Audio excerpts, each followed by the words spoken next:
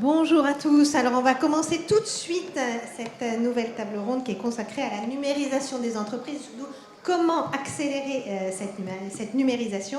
Alors on a vu évidemment pendant la pandémie les entreprises qui étaient les plus avancées dans cette transition avaient mieux résisté que les autres. C'est une bascule dans le télétravail qui a été plus facile, un développement des ventes à distance aussi qui était facilité. Mais cette numérisation pose aussi des problèmes de financement, des problèmes sociaux, des changements de métier, des problèmes de formation, des questions aussi de sécurité avec la pandémie, de cyberattaques que l'on observe depuis plusieurs mois et depuis plusieurs années, qui s'est accélérée aujourd'hui. Donc on va parler de tous ces sujets avec nos 5 intervenants que je vous présente. Merci beaucoup Sylvie Ligéano, donc vous êtes présidente directrice générale de Dalkia. Thibault Langsade, vous êtes directeur général de Jouve. Vincent Rouex, vous êtes PDG de Ineltom. Andrés Sout, vous êtes ministre de l'entrepreneuriat et des technologies de l'information de l'Estonie. Et Philippe Trouchot, vous êtes Chief Technology Officer et spécialiste de cybersécurité chez PwC. Et avant de commencer tout de suite le débat, je passe tout de suite la parole à Augustin Landier, qui est évidemment professeur à HEC et membre du Cercle des économistes, qui va donner la big picture du débat. Entendu. Je vais être très court parce que le temps est serré. Merci d'abord au nom du Cercle des économistes à tous d'être ici. C'est un plaisir de participer à ce panel. Bon, c'est un peu un lieu commun. Le digital a été au centre un petit peu de la manière dont les gens ont vécu la crise du Covid.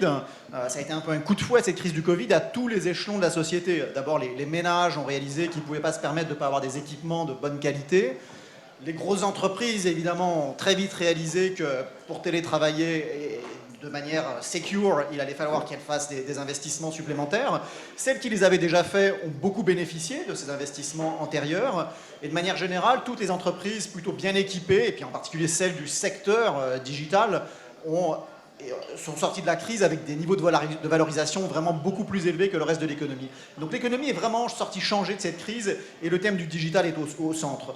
Pour planter un peu le débat, je crois qu'il y a des éléments vraiment microéconomiques, c'est-à-dire concrètement, dans une organisation, comment on fait la transition. Et donc là, dans le panel, on a beaucoup d'intervenants qui ont une expérience concrète de ça. C'est-à-dire quand on fait une acquisition d'une start-up, comment ça marche pour intégrer, comment on fait quand il y a des collaborateurs qui ne sont vraiment pas à l'aise avec les outils digitaux. Cette question un peu de l'aplatissement des hiérarchies aussi. Qu'est-ce qu'on fait avec tous ces échelons intermédiaires qui deviennent un peu inutiles dans les organisations? Il y a la question de la formation, et puis le fait que ça se décline très différemment dans les grandes entreprises, dans les petites entreprises, et puis au niveau de l'État. Donc ça, c'est le premier chapitre, un peu micro, et puis il y a, de manière très liée, le chapitre un peu macro sur le rôle de l'État. C'est-à-dire que l'État doit réfléchir à tous les risques systémiques qui viennent avec cette transition. Évidemment, l'accroissement des inégalités, le fait qu'il y a des jobs qui disparaissent, une partie de la population qui se trouve un peu inadaptée à la transition et à l'usage du digital. Il y a ce risque cyber qui est en train de prendre beaucoup d'ampleur et il est tout à fait possible que dans 5 ans, on ait un grand meeting à Aix sur ce thème parce qu'on sortira de la première grande crise cyber mondiale. Et puis il y a le thème de la formation où l'État a évidemment un rôle important à jouer. Et donc je laisse tout de suite la parole à nos intervenants pour nous planter un peu le décor sur ces différents sujets. Merci. Merci Augustin. Alors on va passer tout de suite à 2 transitions. En fait, on est face à 2 transitions. Une transition digitale, numérique, et aussi une transition écologique. Comment les 2 peuvent se marier? Vous êtes une spécialiste de l'énergie. Comment vous faites? Merci. Bonjour à tous et à toutes. C'est effectivement un plaisir pour moi d'être dans cette table ronde. Vous pouvez se demander mais pourquoi Dalkia intervient dans une table ronde sur le numérique. Juste quelques mots. Dalkia, c'est la grande filiale des services énergétiques du groupe EDF. On accompagne nos clients vers un monde bas carbone. Et chez Dalkia, on a 2 grands métiers. C'est le métier de la décarbonation de la chaleur, des réseaux de chaleur, du chauffage urbain, comme on dit, mais renouvelable. On va décarboner ces réseaux. Et puis, on travaille sur les économies d'énergie, l'efficacité énergétique des bâtiments, qu'ils soient industriels, tertiaires ou hospitaliers. Voilà, effectivement, vous avez raison. Et je crois que la crise nous a mis en conscience de la nécessité d'accélérer ces 2 transitions. La transition énergétique, on a eu un débat à un moment donné. Est-ce que la transition énergétique allait être oubliée des plans de relance? Pas du tout. Donc, en besoin d'accélération, et puis tout ce qu'on voit, la température au Canada, l'année 2020 était encore l'année la plus chaude. Chaque année, c'est l'année la plus chaude, on ne s'en rend pas compte, mais il faut quand même se le dire. Et puis l'accélération de la transition numérique, la révolution numérique, je ne sais pas comment l'appeler, Parce qu'en quelques jours dans les entreprises, hein, pour tous ceux qui avaient un métier qui le permettait, il y a eu, en 2 jours, on télétravaille. Alors, les entreprises, on payait tous, alors pour messieurs du numérique, tous des suites, qu'on appelle les suites Google, les suites Microsoft, avec plein d'outils sur notre ordinateur. On avait tout ça dans les entreprises. Mais le taux d'utilisation vrai de ces outils-là n'était pas si énorme que ça. Et du jour au lendemain, tout le monde se met à les utiliser, à apprendre, tout le monde se coach, etc. Et ça devient une révolution, une transformation des modes de travail. C'est très, très, très fort. Donc, voilà. Et alors, moi, je trouve, évidemment, comme un acteur de l'énergie, je trouve que ça tombe bien. Parce que cette transformation numérique, on peut la mettre aussi au service de la transition énergétique. Alors, pourquoi ? Parce que la transition énergétique, c'est pas tout simplement on passe d'une énergie à une autre. On supprime le pétrole, on met autre chose vert. Pas du tout. On va aller vers des choses beaucoup plus compliquées que ça. On crée des écosystèmes qui sont multiformes. On parle beaucoup de smart grid, de smart energy. Je vais vous citer un exemple. Alors, je vais prendre des exemples d'Alkia. On va construire un réseau de chaleur là, à Issoire, qui est une petite ville du Massif central. 90% d'énergie renouvelable et de récupération. Alors on aime bien ce mot-là parce qu'on va aller chercher la chaleur sur le site de Constellium. C'est un métallurgiste. Ils produisent, ils fondent du métal. On va aller chercher cette chaleur, on la réinjecte dans le réseau de chaleur pour aller chauffer des logements. On complète avec une chaufferie bois, chaufferie biomasse. C'est que la biomasse, on utilise que le déchet du bois.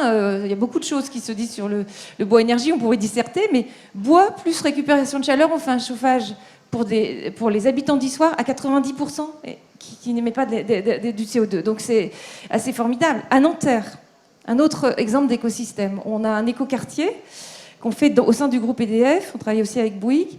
On fait de l'électricité à partir de photovoltaïque. On va chercher des calories de la terre, de la géothermie. On a une cogénération qui fait de la chaleur et de l'électricité à partir de colza.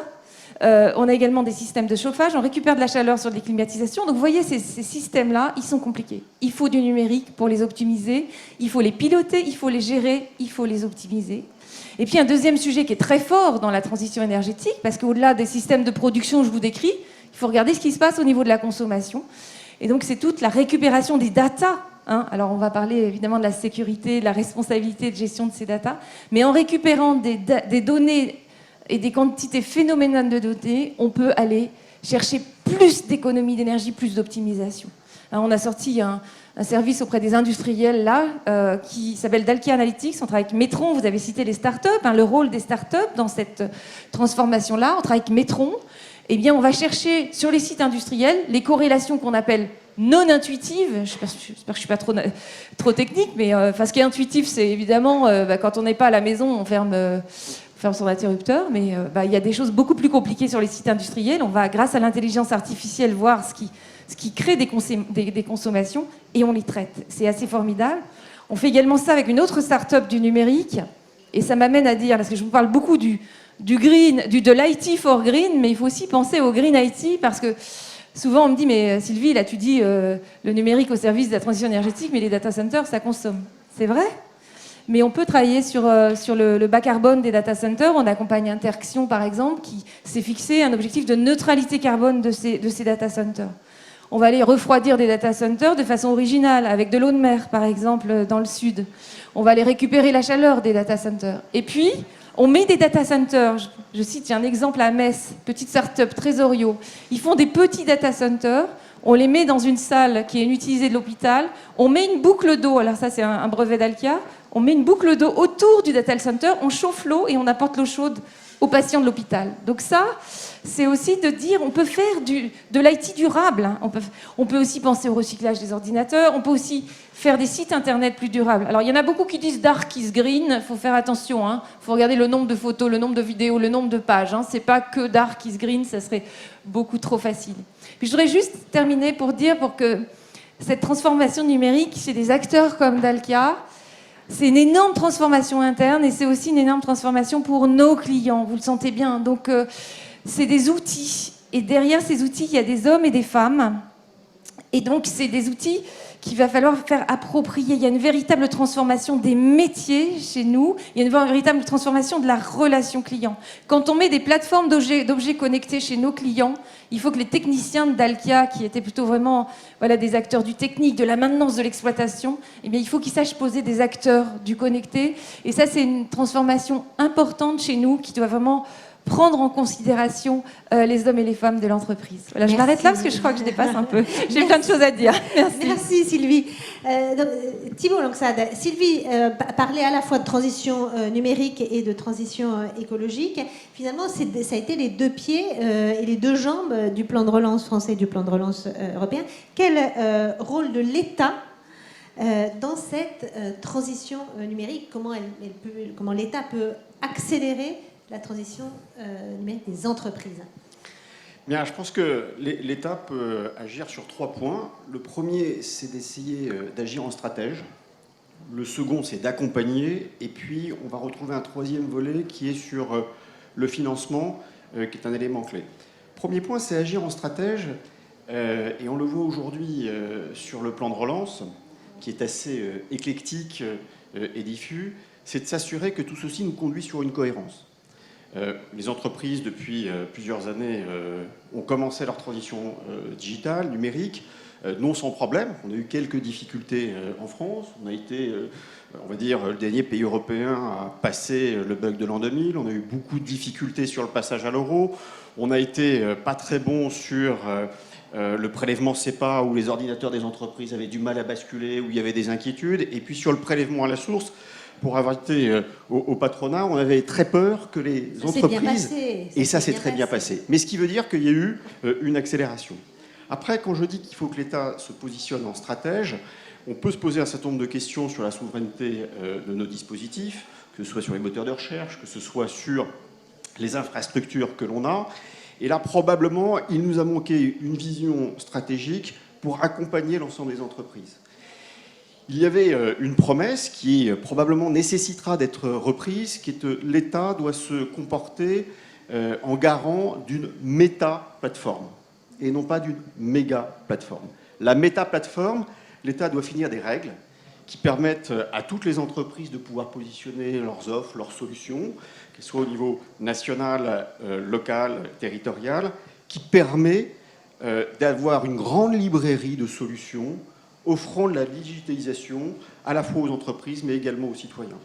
Et force est de constater qu'aujourd'hui, l'État se remet dans une logique de méga-projets, de méga-plateformes, en reprenant des acteurs et en drainant, on va dire, la bascule numérique autour de grands acteurs, et ce qui probablement n'irrigue pas suffisamment le système numérique. Le deuxième point, c'est la formation, c'est l'accompagnement des métiers de l'emploi. Et nous avons aujourd'hui en France des vraies difficultés sur ces sujets-là.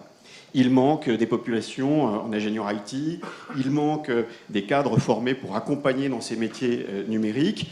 Et le risque, c'est qu'à la fois ça ralentit cette transition et on peut voir de la réindustrialisation servicielle dans d'autres pays où cette manœuvre est beaucoup plus souple. Je pense bien évidemment en Inde, et des grands groupes l'ont fait, mais on voit, et peut-être qu'on en parlera en Europe, sur d'autres pays qui savent très bien gérer cette transition et accompagner des entreprises. Et donc, sur les politiques de l'emploi, sur la formation, il y a là véritablement un effort rapide à faire pour accompagner les entreprises.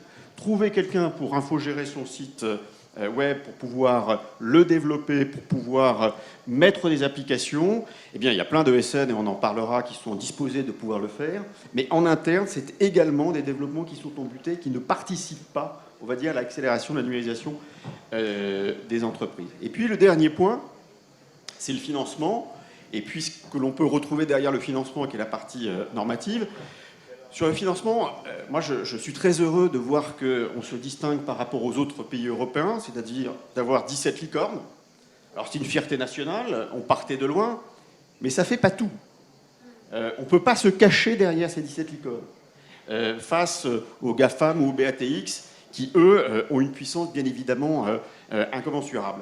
Et donc, le système de financement doit être également revu pour que l'ensemble des réseaux d'accompagnement puissent être mieux servis, que la banque publique d'investissement, qui est très sélective, et c'est une chose qui est positive, puisse également élargir son scope pour faire en sorte que cette transition numérique, elle puisse s'appliquer à tout type d'entreprise et non pas uniquement à la start-up, scale-up qui permet de pouvoir, on va dire, avoir le potentiel du licorne.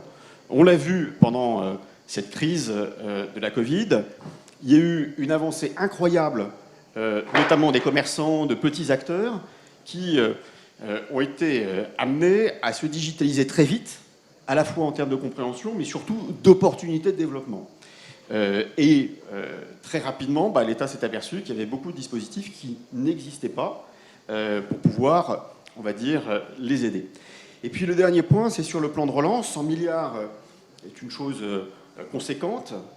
On peut tout de même se poser la question de savoir si l'État, dans une approche très schizophrénique, qui va mettre en place ces 100 milliards, n'aura pas une capacité à être hyper prudent dans l'écoulement de ces 100 milliards, dans l'accessibilité de ces marchés qui sont difficiles, parce qu'on répond à des appels d'offres, parce qu'on répond à des marchés structurés. Et ça aussi, c'est un frein, on va dire, dans la numérisation des entreprises.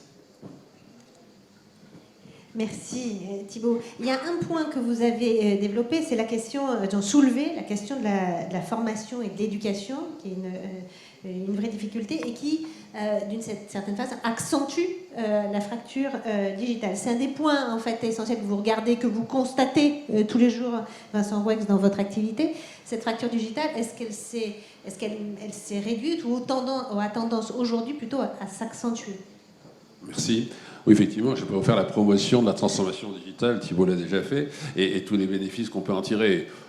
En prenant un peu de vision, nous, la vision qu'on a du Covid, c'est une accélération de la transformation du tsunami digital qui s'est produite et qui a un impact important, avec un risque majeur, c'est cette fracture digitale qui va aller frapper, bien sûr, ce que tout le monde a imaginé depuis le début, c'est les entreprises, l'ubérisation.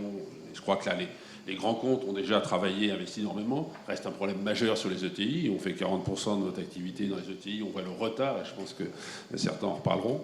Et dans la compréhension de ces enjeux, cette fracture, elle va être un élément majeur dans la compréhension des sujets de cybersécurité, des sujets de compliance, des sujets de transformation des business models, et pas uniquement de digitalisation de l'efficience de la société. Le deuxième point majeur, c'est au niveau des populations. Et là, je crois qu'il y a un vrai risque, je dirais, de déclassement de certain nombre de la population. Et l'éducation, le rôle de l'État, on parle de formation, mais c'est dans la formation continue, puisqu'on voit un paradigme évoluer de façon conséquente.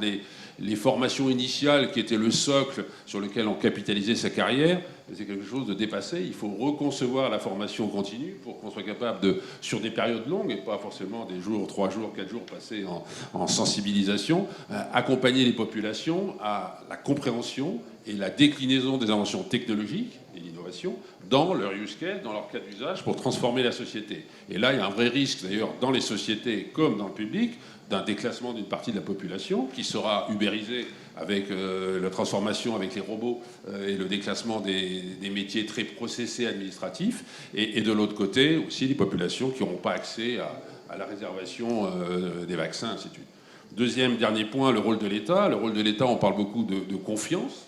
Moi, je crois que la confiance, elle ne s'impose pas, elle part de l'éducation.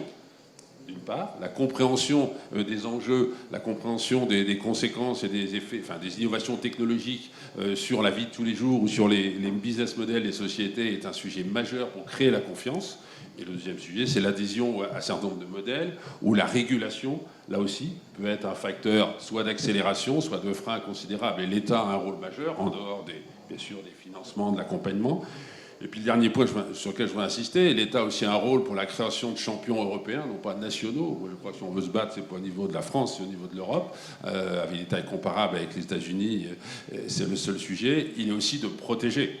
Quand on regarde les grandes réussites industrielles, elles ont été abritées, protégées par des mesures qui leur ont permis de se développer au niveau européen et mondial. Et là, il y a un vrai sujet aujourd'hui, pour moi, de la destruction de valeur à travers cette non-protection, cette mise en compétition mondiale avec des régulateurs qui ne facilitent pas la performance et qui sont des vrais handicaps parfois. Et je ne suis pas contre la régulation, loin de là, ça a été abordé ce matin. Mais il faut, à un moment donné, trouver le juste niveau pour protéger, mais favoriser l'innovation et le développement technologique. On reviendra sur cette question peut-être de la régulation. On est ravis de vous avoir, Andrés Sout, parce que vous allez nous dire comment vous avez fait. On a beaucoup écrit, beaucoup lu, on a de choses sur ce miracle estonien, le e-État. Comment un État accompagne, fait en sorte que ces entreprises soient à la pointe de la numérisation. Est-ce que vous avez des conseils et pour lever ce que Thibault Langsad a dit, cette schizophrénie de l'État? Merci beaucoup. Merci beaucoup. Je vais parler en anglais. Mon français est trop limité pour vous parler en public. Mais je pense que ce qui est important lorsqu'on parle de la numérisation, cela doit aller avec la transition du climat, le changement climatique. Et si on veut être compétitif en Europe, globalement avec la Chine, contre les États-Unis, nous devons faire 3 choses ensemble. Transition verte, digitalisation et l'innovation. Je suis très fier et heureux de dire qu'en Estonie, nous avons tous ces éléments réunis et cela va être le cas à l'avenir également. Je pense que c'est un point où l'État peut prendre des initiatives. Il peut aider à construire le cadre juridique. Nous avons développé un système où 99% des services publics sont disponibles en ligne. Et ceci nous a beaucoup aidé pendant la crise de la COVID. Et plus largement, cela a été un voyage. Cela nous a permis d'être compétitifs, de rester à la pointe au niveau de la compétitivité et de profiter des nouvelles technologies. L'autre deuxième point, c'est l'éducation et la formation. Plusieurs personnes en ont parlé déjà. L'écart numérique est un point important et c'est quelque chose qui existe également en Estonie. Je ne peux pas dire qu'il n'y a pas de schisme ou d'écart numérique en Estonie. Il y a peut-être entre 10 et 20% de la population, pour une raison ou une autre, ne se sentent pas à l'aise avec la technologie numérique. On n'arrivera jamais à 100%, mais il faut être certain que chaque personne qui a envie de travailler dans le domaine du numérique puisse le faire, et cela commence dès le plus jeune âge.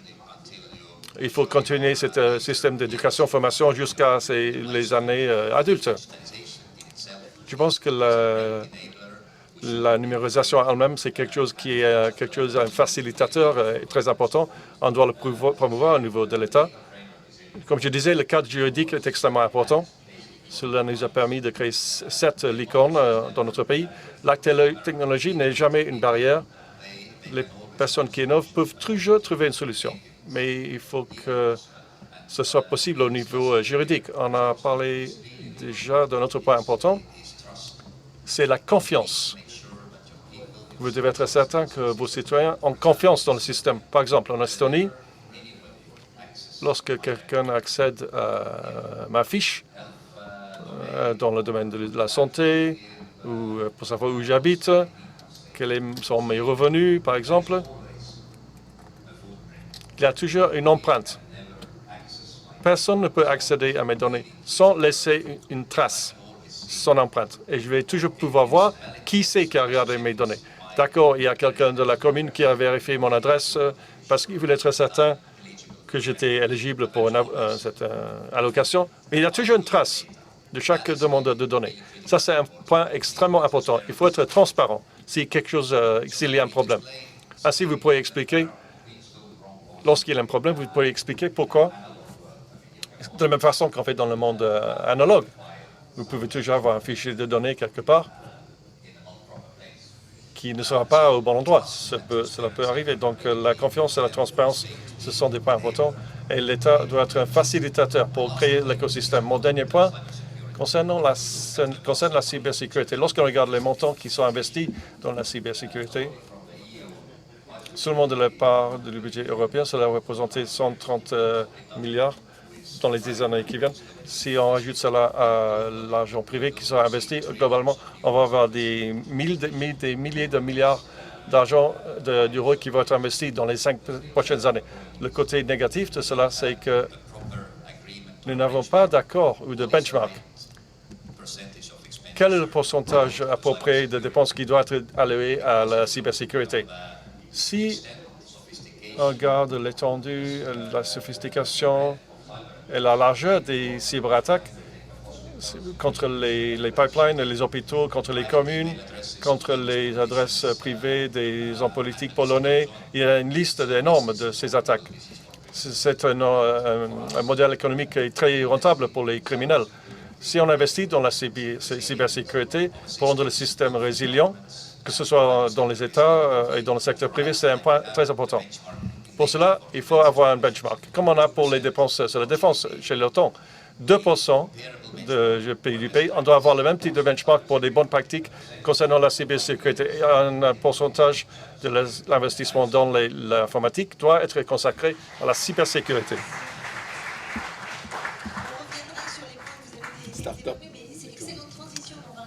La cybersécurité avec des montants colossaux qui doivent être aujourd'hui investis. C'est le pendant de la transition. Est-ce que ce risque est justement pris en compte dans les entreprises ? Alors, il l'est, mais on ne peut pas parler des entreprises en général quand on parle de ce sujet, y compris d'ailleurs dans la digitalisation. Les grandes entreprises, comme ça a été dit, ça fait bien longtemps qu'elles investissent massivement dans le digital. C'est très différent dans les ETI, en fait. Je prends juste un exemple comme ça, parce qu'il m'a frappé. France, première destination mondiale touristique. Il y a 70% des musées en France qui n'ont pas de site internet. Donc on n'est pas prêt d'y aller, en fait, hein, parce qu'un touriste, il commence d'abord par consulter. Donc voilà, c'est ça la réalité, finalement, de la digitalisation des petites entreprises. Alors, on s'est donné un mauvais rendez-vous dans 5 ans pour parler de la future grande crise cyber. On va essayer de l'éviter, mais dans 5 ans, il y a quelque chose qui aura fondamentalement changé, c'est notre investissement dans la technologie. On a l'impression qu'on a déjà beaucoup fait. Sous l'effet conjugué de la 5G, de l'intelligence artificielle, dans 5 ans, on aura encore doublé l'investissement technologique. On est à 5 000 milliards, on sera à 10 000 milliards d'ici 5 ans, en fait. Donc, notre exposition au risque cyber, ça sera quelque chose. Donc, pour répondre à ce que vous avez dit, le bon chiffre, c'est à peu près 15% d'un projet digital qui doit aller dans la cyber. Et c'est une opportunité majeure pour la France. La France, je vous apprends rien, c'est un territoire d'écoles d'ingénieurs. Les plus prestigieuses, c'est des écoles issues d'une culture de défense, on va le dire comme ça. On a des champions internationaux en France. Donc, si à un moment on arrête de raisonner franco-français, comme ça a été dit, et qu'on arrive à se projeter probablement à minima au sein de l'Europe, alors je pense que dans 5 ans, on a une opportunité de se dire, si la France sait faire des choix sur la cybersécurité, on ne sera pas bon sur tous les sujets de la cybersécurité, mais sur certains segments, on peut devenir un champion de classe mondiale. Surtout, il y a tout un tas d'autres avantages. On n'est pas un pays offensif en matière de cybersécurité. On a une diplomatie qui est plutôt assez facilitatrice, en fait. Donc on a une très bonne image. Les French Engineers, partout dans le monde, en cybersécurité, tout le monde les adore. D'ailleurs, on nous les pique beaucoup, en fait. Hein, on en perd beaucoup. Et ça... Je pense que ça a été dit aussi. Je pense que l'élément majeur en France, c'est la confiance, en fait. C'est le fameux livre d'Alain Perfit, l'éthos de la confiance. Aujourd'hui, quand on parle de technologie, c'est un énorme paradoxe. La France, on est quasiment les champions du monde du taux d'équipement. Donc les Français, ils ont un taux d'équipement sur les smartphones, je crois qu'il est quasiment à 140%. C'est formidable, on est très appétant à ça. Et les crises qui se succèdent montrent qu'en fait, c'est le dernier poste auquel on touche. En fait, l'INSEE le dit très bien. On continue à s'abonner, voilà. Donc on est prêt, mais on a un déficit de confiance majeur. Les gens ont perdu confiance. D'abord, si vous êtes un patron d'ETI, tous les jours dans les journaux, on vous raconte qu'il y a plein d'attaques cyber, que c'est un cauchemar, le digital. Si vous regardez, ça a été dit, l'obsolescence des compétences. On fait chez PwC une étude chaque année, on sonde 3500 salariés dans le monde. L'étude, alors je suis désolé pour l'anglicisme, elle s'appelle Hope and Fears. Mais on mesure très bien qu'il y a 40% des salariés qui considèrent que dans 5 ans, la technologie aura rendu complètement obsolète leur job. C'est-à-dire l'aura tué, en fait. Donc je ne pense pas que ce soit le cas, mais ça a beaucoup été mentionné. Je pense que c'est probablement une responsabilité collective. On peut peut-être d'ailleurs y associer en partie l'État, mais ça me laisse toujours un peu sceptique. Moi, quand État et technologie... En France, ça n'a pas donné que des choses très joyeuses, mais on a dit que c'était un débat. Hein. J'ai le droit d'en balancer une ou deux comme ça au passage, quoi. Voilà. Donc, on parle beaucoup de responsabilité sociétale. Je pense que les entreprises en ont une majeure, c'est d'accompagner cette transformation par la mise à jour des compétences, parce que comme ça a été dit, ce qui est très bien projeté, c'est qu'en fait, c'est dans les classes moyennes inférieures qu'on va venir taper, en fait. Hein. Voilà. Et en plus, il y a des mythes. Je vais finir sur la confiance. J'ai vu une étude très intéressante qui expliquait pour les gens de ma génération, l'intelligence artificielle, c'est un truc très mauvais. C'est 2001, l'Odyssée de l'espace, en fait. C'est l'intelligence artificielle qui prend le contrôle. Non, mais c'est vrai. Voilà pour la confiance. Non, je pense que c'est un donc c'est au cœur, hein, la confiance, c'est au cœur de ce sujet de transformation numérique. Je voudrais vous entendre, en fait, quand vous parlez, quand on parle de cette question de confiance, de transparence. Ça vous fait penser à quoi? Vous réagissez comment à ça? Est-ce que c'est finalement pas le nœud du souci et ce qu'il faut lever pour accélérer cette transition? Qui veut rebondir sur cette notion de confiance? Je veux bien dire. Au sein des entreprises, ça revêt plein de choses. Il y a d'abord quand l'IT arrive sur le terrain, s'il n'a pas été construit avec le terrain, moi je parle beaucoup des techniciens, on a 10 000 techniciens chez Dalkia, il dit, oh là là, il y a un outil qui arrive, il y a tout de suite une peur. Donc, vous voyez, rien que dans la transformation, au-delà du fait qu'il y a de la géolocalisation, des choses comme ça, il y a déjà la confiance dans l'outil, comment je m'en sers, comment effectivement ça transforme mon métier et comment on les a associés. Et ça met en place véritablement des façons d'orchestrer tous ces sujets numériques très particuliers. Aujourd'hui, on a atteint une maturité où ce mot de mode agile, etc., est un petit peu, peut-être surfait, mais mettre au cœur vraiment les utilisateurs des groupes miroirs dès le démarrage pour donner confiance dans ce qu'on va faire, c'est très important. Là, je vous parle de l'interne, c'est un éclairage. Il y a aussi tout ce qui va se passer avec le client, tout ce qui se passe avec la géolocalisation, etc. Donc, je m'arrête là parce que je voudrais laisser parler les autres. Bon, très rapidement, moi, vous m'entendez? Oui. Je vais revenir sur la problématique que j'évoquais tout à l'heure.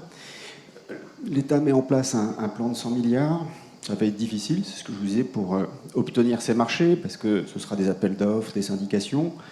Là où il peut y avoir une perte de confiance, c'est que sur les 100 milliards, qui est un marché important, on est obligé de mettre en place des sous-préfets à la relance pour faciliter l'accessibilité de ce plan à 100 milliards. Donc on se dit, mais l'État est génial, mais ça va être compliqué. Et pour ça, on rajoute une complication qui sont des sous-préfets, et c'est là où il peut y avoir une manque de confiance. C'est impensable aux États-Unis. Quand on regarde, alors on peut se comparer toujours à d'autres pays, mais quand on regarde ce qui se passe aux États-Unis, la capacité d'accessibilité au marché, régie par des règles totalement différentes, permet d'aller beaucoup plus loin. Je ne vais pas faire l'autopromotion de l'entreprise que je représente, mais on avait un marché important qu'on a pu gagner aux États-Unis, incapable de le gagner en France, tout simplement parce que le marché était trop important, que l'État, les règles nous auraient mis dans une situation de dépendance économique, de clients uniques, voire même de méfiance et de défiance à l'égard de la taille de nos fonds propres.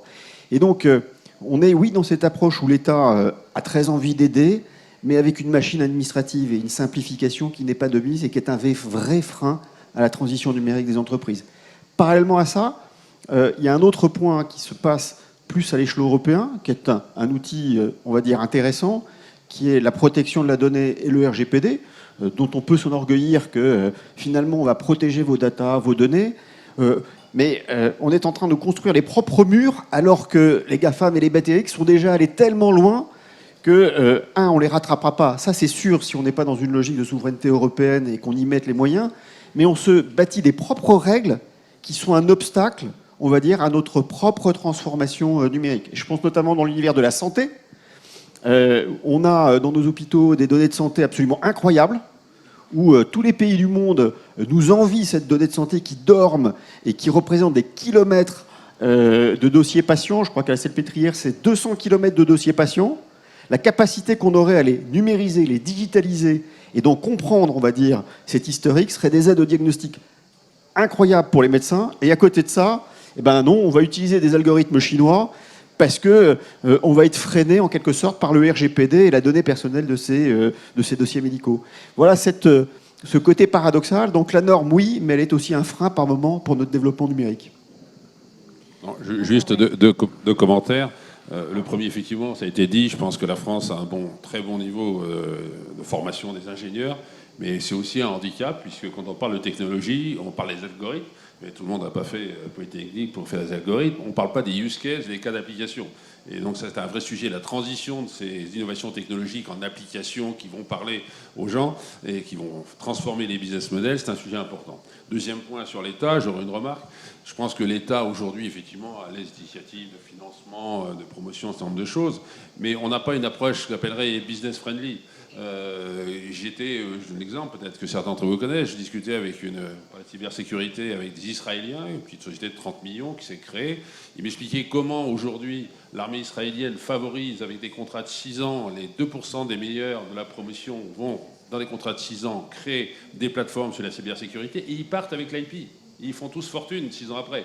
Et tout le monde est content. Nous, aujourd'hui, à l'expliquer qu'on va tirer profit de ce qu'on a pu faire ou des gisements qu'on peut avoir à l'État, vous êtes dans un conflit d'intérêts avec des gens qui sont en opposition profonde. Et je pense que c'est un vrai handicap aujourd'hui pour le développement de nos startups et d'autres sujets. André Sout, que ces réflexions très françaises vous inspirent? Et comment avez-vous réglé, vous, dans votre pays, cette question de la confiance? Comme je l'ai dit, ça a été vraiment un voyage. Ça ne s'est pas passé en une seule journée.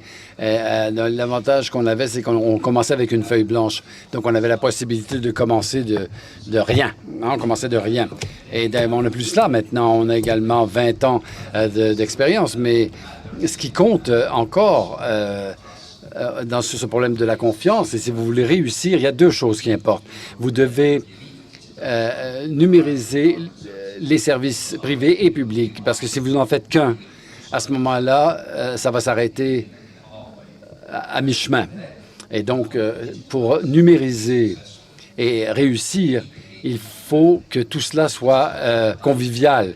Et ce n'est pas souvent le cas, surtout dans les cercles gouvernementaux, mais il faut vraiment mettre le client au centre du dispositif. Et plus de personnes utilisent les services, vous allez, graduellement, vous allez accroître la confiance.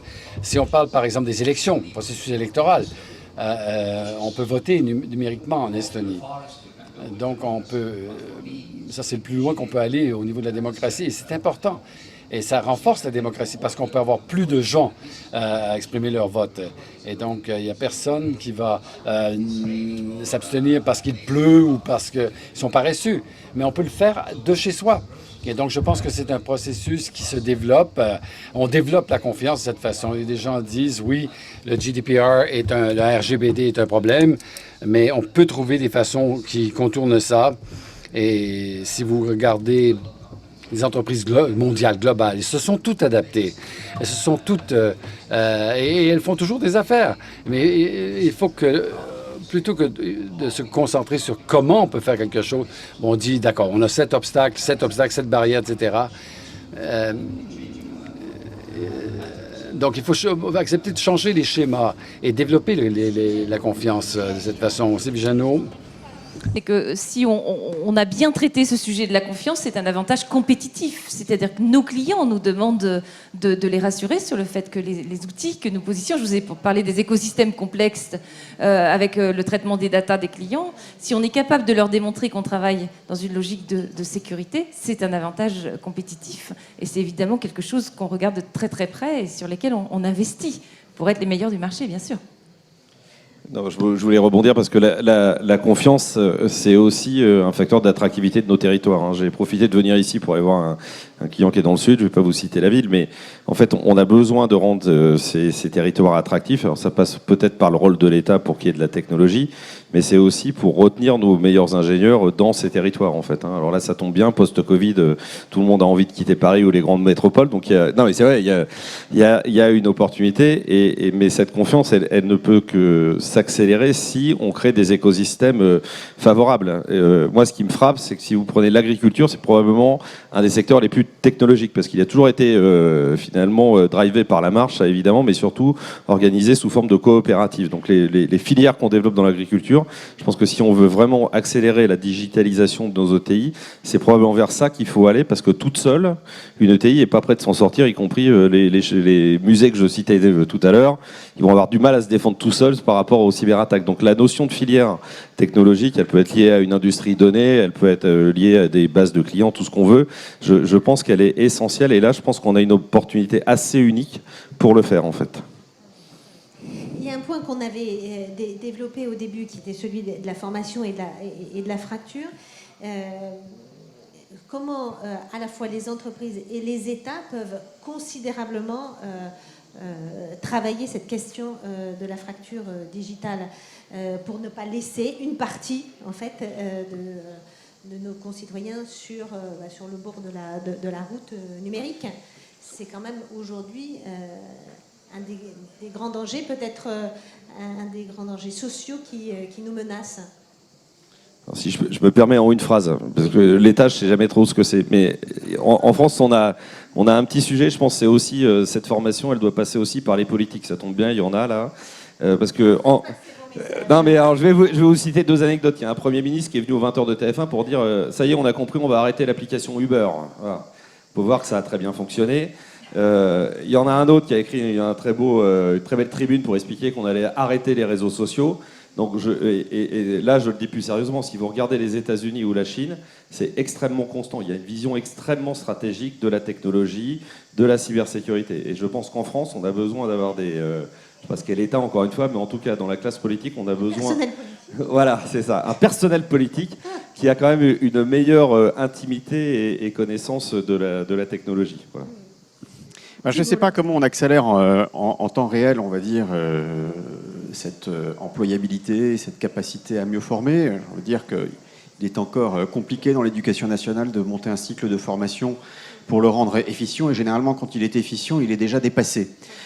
En revanche, il va y avoir un phénomène qui est assez intéressant, c'est que la crise Covid va, on va dire, détendre les entreprises, en tout cas il faut l'espérer, et ouvrir considérablement le marché du travail. C'est-à-dire que là où on recrutait sur des bassins d'emploi, nous on est présent dans plusieurs départements, eh bien le télétravail va nous décomplexer, nous déculpabiliser pour aller beaucoup plus loin. Alors nous on est à Mayenne, on peut aller à Montpellier, mais on peut aussi aller à Cluj en Roumanie, on peut aller dans d'autres pays, à condition de pouvoir parler la langue, et l'anglais est une langue bien installée dans cet univers IT, qui permettra, je l'espère, d'avoir une offre beaucoup plus large pour les entreprises dans le cadre de leur digitalisation. Aujourd'hui, il y avait quelques pays qui se distinguaient, qui avaient cette ressource, mais maintenant, plus ça va avancer, plus la tension sera forte, et les entreprises se tourneront probablement sur des pays appétants à pouvoir développer des solutions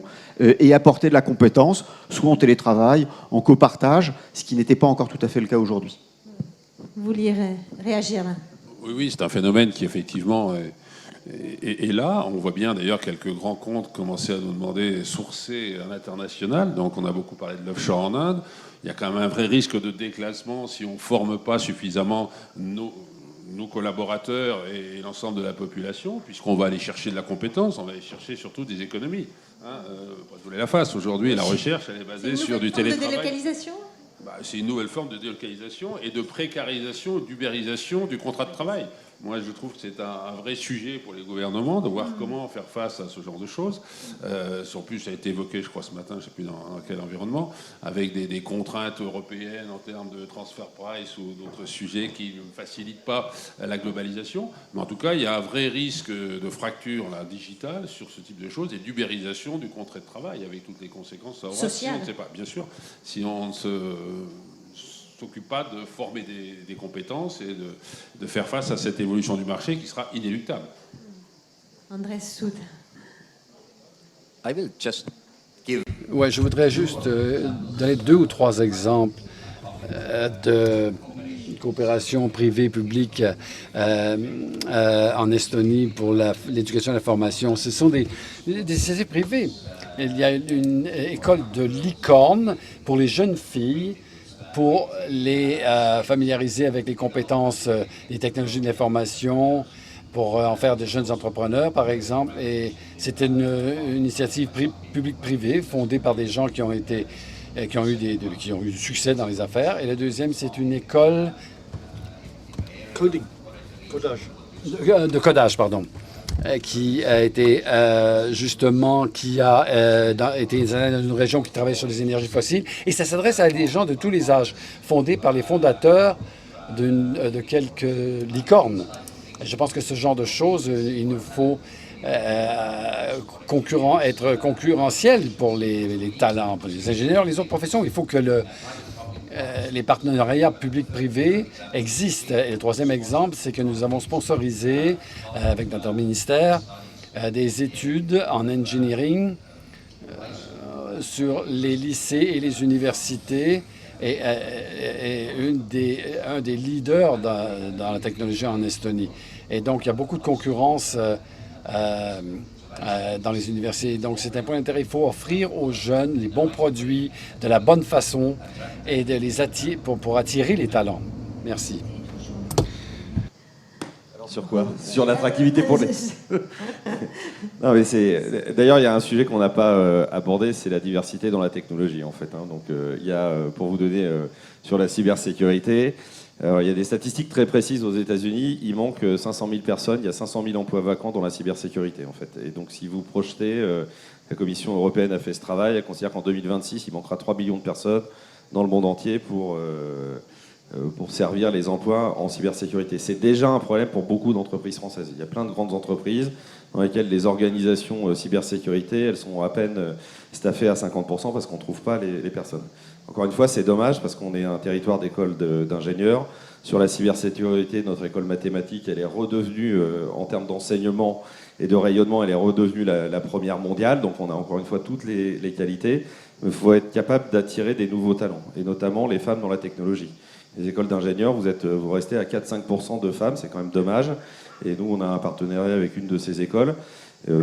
Et le directeur général m'a très bien expliqué qu'en fait, il a pris le problème à la source. C'est-à-dire qu'il est allé dans les lycées, expliquer les métiers de la technologie.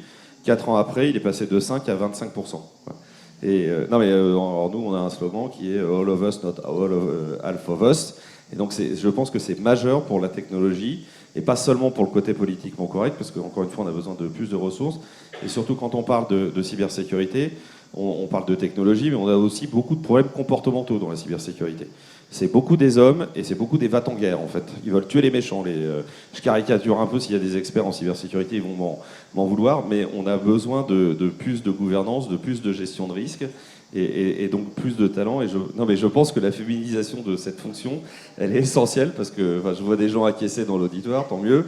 Les hommes sont des va-t-en-guerre dans la cybersécurité, et ils ont des croyances. Donc je vais vous citer une anecdote comme ça, si on a 2 minutes.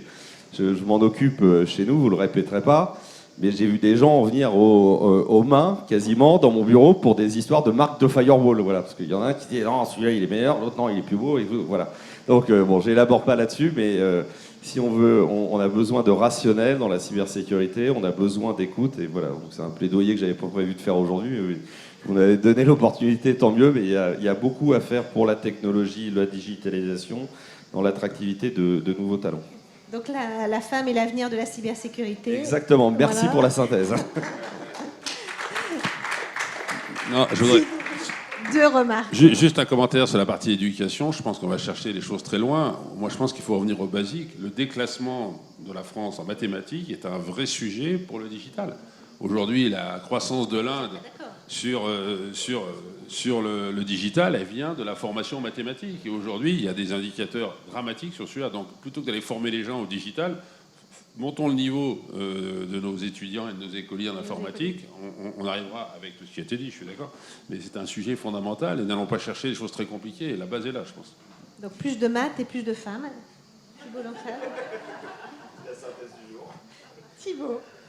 Je vous voyais. Non, sur le plus de femmes, il y a un vrai sujet sur les populations healthy, et il faudra essayer de résoudre l'équation. C'est que sur les profils qui participent à la numérisation et à la digitalisation, donc je pars sur des populations de développeurs, on a en face de nous des populations qui sont très corsaires dans leur comportement. Ce sont des gens qui sont très attachés à la mission qu'ils vont produire. Le salaire interviendra en 3e point, et puis la capacité de travailler, on va dire, dans une entreprise qui porte là aussi un projet global. Et la rémunération n'intervient pas tout de suite. Parce que d'abord, ils sont en tension et par conséquent, ils sont facilement chassés et ils obtiennent la rémunération qu'ils souhaitent. Mais du coup, ce sont des populations qui sont beaucoup plus précaires face à l'emploi. Ils sont beaucoup plus slasheurs. Ce sont des populations qui sont très hybridisées, auxquelles il va falloir aussi que l'on apporte des réponses qui leur permettent de mieux les stabiliser pour le développement de l'entreprise. Et la féminisation est aussi un sujet compte tenu du comportement de ces populations, qui sont, je ne vais pas dire moins exemplaires, parce que ce n'est pas le terme, mais qui reflètent moins une stabilité que peut rechercher des profils féminins dans la construction d'une carrière. Et elles se confrontent à des populations qui sont très corsaires. Et donc, il y a des gens il va y avoir des méthodes à changer. Alors, évidemment, quand on regarde les populations d'ingénieurs, les populations, on a un taux déséquilibré. Mais quand elles arrivent en entreprise, elles sont peu nombreuses et elles font face à une population qui est très hybridisée. Oui, il y a un autre sujet qui me tient à cœur, mais je vais le dire, parce que nous, on n'a pas beaucoup de plateformes en Inde, mais je pense qu'on paye aussi des décennies de messages dégradants pour l'informaticien. On nous a expliqué pendant des années qu'aller faire du code, c'était bon pour les Indiens, et que quand on sortait de Centrale, aller faire de l'informatique, c'était quelque chose de dévalorisant. Je souhaite être un peu direct, mais je pense que ça, on est en train de le payer aujourd'hui. Faire revenir des top 4 ou top 5 écoles sur de l'informatique, sur le digital, c'est un vrai travail de fond. Et c'est 20 ans de messages continus qui ont été portés dans notre industrie, dans nos écoles, qu'il faut maintenant recadrer et repositionner. Sylvie Juano. Moi, j'aurais deux choses à dire sur ce qui vient d'être dit. Alors d'abord, sur la partie formation, je crois qu'il y a vraiment toutes ces compétences que vous décrivez, qui sont juste essentielles dans les directions informatiques et numériques, dont on a besoin. Et puis, il y a aussi la compétence du numérique dans ces outils au quotidien. On a quand même assez vite les idées reçues que les jeunes, parce qu'ils savent manier les réseaux sociaux et jouer aux jeux électroniques, ils connaissent très très bien leurs outils informatiques. Attention à ça, il faut aussi former je dirais en temps réel tout le monde, et quel que soit l'âge, sur les outils numériques qu'on leur déploie. C'est quelque chose que j'observe. Et puis deuxième chose sur les femmes, j'ai un autre éclairage. J'ai envie de dire à toutes les jeunes filles, évidemment, allez dans les métiers porteurs, les métiers du numérique et de l'IT, et les métiers de la transition énergétique. Là, je fais un petit appel au peuple aussi pour mes métiers à moi. Plus cœur. Alors, on a une dizaine de minutes devant nous pour les questions. Alors, j'en ai pas en ligne, mais j'imagine qu'il y en a dans la salle. Alors, une là, monsieur. Bonjour à tous. Le 17 mai dernier, le secrétaire d'État au numérique annonçait une initiative en matière de souveraineté, notamment dans les domaines du cloud. Depuis, il y a eu des initiatives privées qui ont été annoncées également. J'avais des questions sur la souveraineté, quel besoin client, quel intérêt, mais aussi quelles limites. Elle s'adresse à Vincent Rouec sur le plan industriel et peut-être à M. Sutt sur le plan géopolitique, compte tenu des attaques évidemment sur l'Estonie il y a quelques années. Merci. Alors, la souveraineté. C'est un sujet compliqué. Nous, on est convaincus qu'effectivement, c'est une nécessité pour créer la confiance, non seulement chez les clients, mais quand on parle aujourd'hui d'aller dans les TPE et dans les PME, aller apporter des applications qu'on va pouvoir leur fournir et qui vont leur permettre de se transformer. C'est un sujet de confiance important. D'ailleurs, l'informatique, on en parle beaucoup, mais c'est d'abord la confiance avec nos clients. Et c'est un élément essentiel. Donc, la capacité à développer, alors, par pays ou en Europe, un cloud souverain ou des clouds souverains qui répondent à cet environnement, je crois que c'est une nécessité à la fois pour le public. Et là, l'annonce qui a été faite va pouvoir aussi permettre d'avancer dans ce sens-là. Après, il y a bien évidemment une limite. D'abord une limite parce que les acteurs qui sont aujourd'hui pressentis sont quand même tous, pour la plupart, je ne parle pas de ceux qui vont opérer localement, mais ceux qui vont outiller sont tous américains.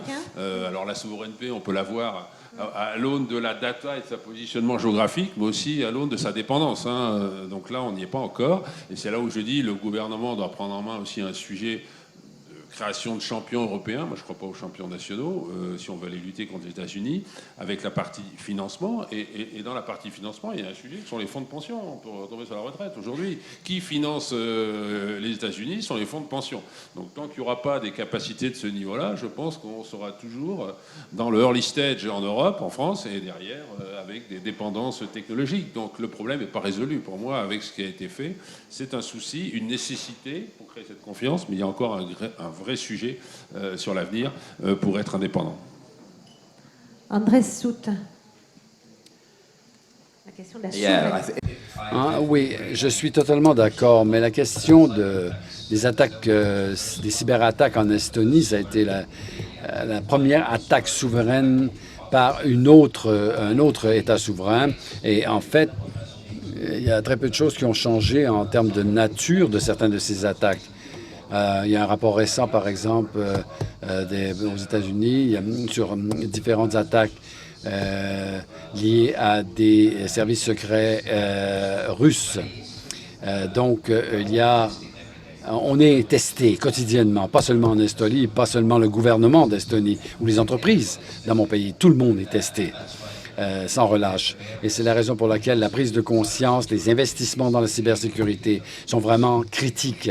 Parce que si nous n'agissons pas, ne travaillons pas main dans la main, nous allons nous rendre de plus en plus vulnérables. Mais il y a beaucoup à faire, évidemment, sur le plan des entreprises. Également pour si on n'a pas le budget, souvent on a tendance à investir dans les entreprises et non dans la cybersécurité, mais c'est la raison pour laquelle j'ai insisté sur le fait qu'il faut qu'on ait des accords clairs, des engagements de la part des gouvernements et des bonnes pratiques au niveau des entreprises. Comme par exemple que ça apparaisse dans les dépenses en termes d'IT, de technologie d'information. Les attaques que l'on a subies en 2007, on a dans notre ambassade des données au Luxembourg où tout est copié et doublé, si vous voulez, sauvegardé.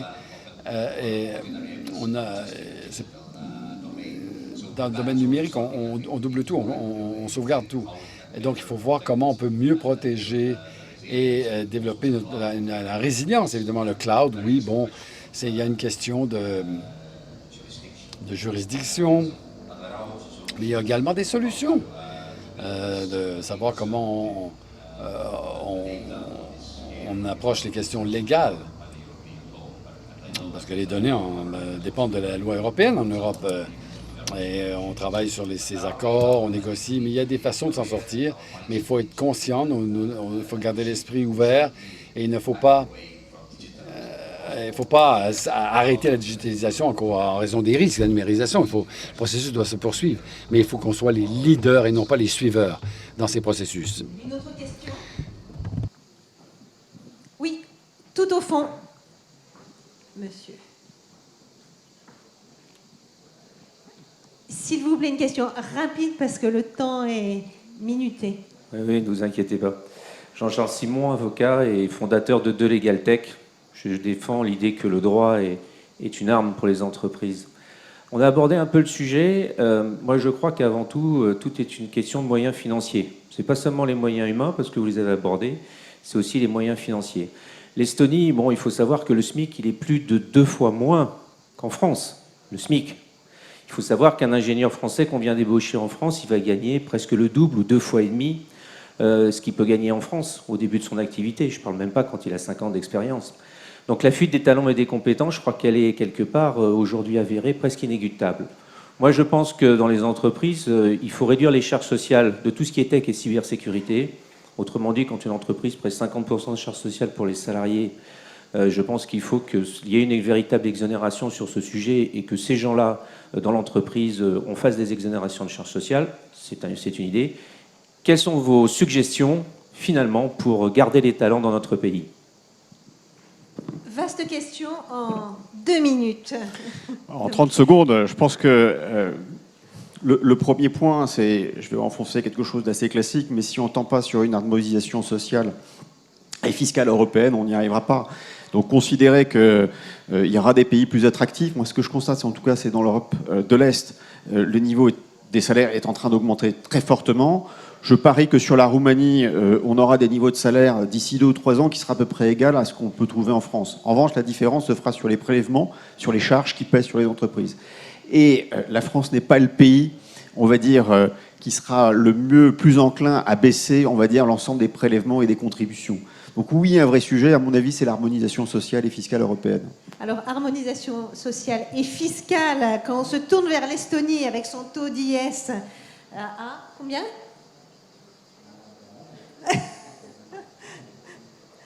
Well, if you ask businesses, when they say taxes are too high. So that's always we are. Quand on dit on dit toujours que les taxes sont trop élevées, mais plus sérieusement, je pense que dans les technologies de l'information et dans les autres domaines, on n'est pas en concurrence en Estonie ou en général en Europe pour être bon marché. On n'est pas bon marché. Si on veut attirer à l'échelle mondiale, et c'est également ce qui s'applique en Estonie, il faut plus que simplement des taxes. C'est un écosystème complet. Comment on retient les talents, comment on les attire, quel est votre système de santé et les impôts, les taxes, évidemment, c'est important. Mais le grand avantage en Estonie, c'est qu'on a un système d'impôts très simple. On a 20% de taux d'imposition sur le revenu. En autant que vous ne payez pas de dividendes en tant qu'entreprise, on ne paie pas d'impôts, les entreprises ne paient pas d'impôts au moins de verser des dividendes. Donc, un flat tax de 20%, on est à peu près quelques points au-dessus de l'OCDE, des pays de l'OCDE. Donc, on n'est pas un pays à bas niveau de taxes, mais c'est vraiment l'écosystème qui fait la différence. Et d'une certaine manière, il faut aussi pouvoir financer les pensions, les retraites, l'État, etc. Et en Estonie, il nous faut plus d'investissements, plus de capitaux, plus de nouvelles entreprises et de baisser il faut baisser les taux d'imposition plutôt que les augmenter. Les Amazones du numérique, la schizophrénie de l'État et qu'on est tous testés. Et je laisse tout de suite le mot de la fin à Augustin Landier pour résumer tout ce qui s'est dit. Oui, je vais faire ça très rapidement. Merci à tous nos intervenants, c'était très clair, donc je ne vais pas faire une sorte de résumé, mais plutôt essayer de trouver un thème transversal, et ça s'y prête bien justement parce que le numérique est un thème transversal. Et donc ce thème économique, à mon avis, c'est celui de la complémentarité. Alors en économie, c'est un élément clé de la modélisation, la complémentarité entre différents éléments. Et je trouve que sur ce thème du numérique, on voit bien dans toutes les interventions, cette idée que différents ingrédients doivent être là en même temps pour que ça fonctionne, sinon ça ne fonctionne pas. Et ça crée des effets un peu de l'œuf et la poule, si vous voulez. Prenons le thème de la diversité, c'est-à-dire que les filles vont peut-être se dire je ne vais pas faire une école d'ingénieur où il y a 5% de filles, ça ne va pas être très sympa. Mais inversement, si c'est le cas, de facto, ça entérine une sorte d'équilibre qui est un mauvais équilibre. C'est-à-dire qu'effectivement... Et donc la question avec la transition numérique, mais aussi la transition green, c'est comment changer d'équilibre, comment faire en sorte qu'on arrive petit à petit à se retrouver dans un équilibre où tous les ingrédients ont bougé, tous les ingrédients sont là et nous mettent dans le bon équilibre. Et donc ces complémentarités, c'est la complémentarité entre des initiatives publiques et l'initiative privée, donc sur les thèmes de la formation, du financement, de la régulation, cette idée que l'État doit dresser un peu à la fois les infrastructures et les conditions légales qui font que c'est possible pour des entrepreneurs de prendre du risque personnel, que ça vaut le coup, la question des infrastructures évidemment. Donc ça voilà, c'est le premier grand thème, les complémentarités, qui est un concept clé en économie et qui définit des situations où il y a des bons équilibres et des mauvais équilibres, et on peut se retrouver coincé sur le mauvais équilibre, pas parce que les gens sont de mauvaise volonté ou nuls, mais juste parce que les ingrédients ne sont pas là, et du coup c'est l'œuf et la poule, et on n'arrive pas à passer au bon équilibre.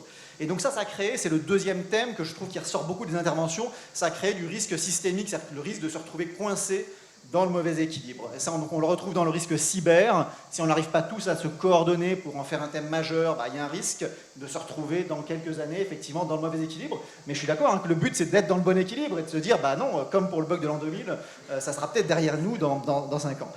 Il y a le risque de mauvaise exécution de décisions de l'État qui revient souvent. C'est-à-dire que même quand l'État est de bonne volonté, il y a un risque qu'il ne voit pas le vrai problème, ou bien qu'il part dans une politique de construction de champions et qu'il ne choisisse pas le bon champion, entre guillemets. Donc ça, c'est très important d'être toujours là pour essayer de recadrer, quand c'est nécessaire, disons, les aspirations de l'État à être bienveillant sur ce sujet.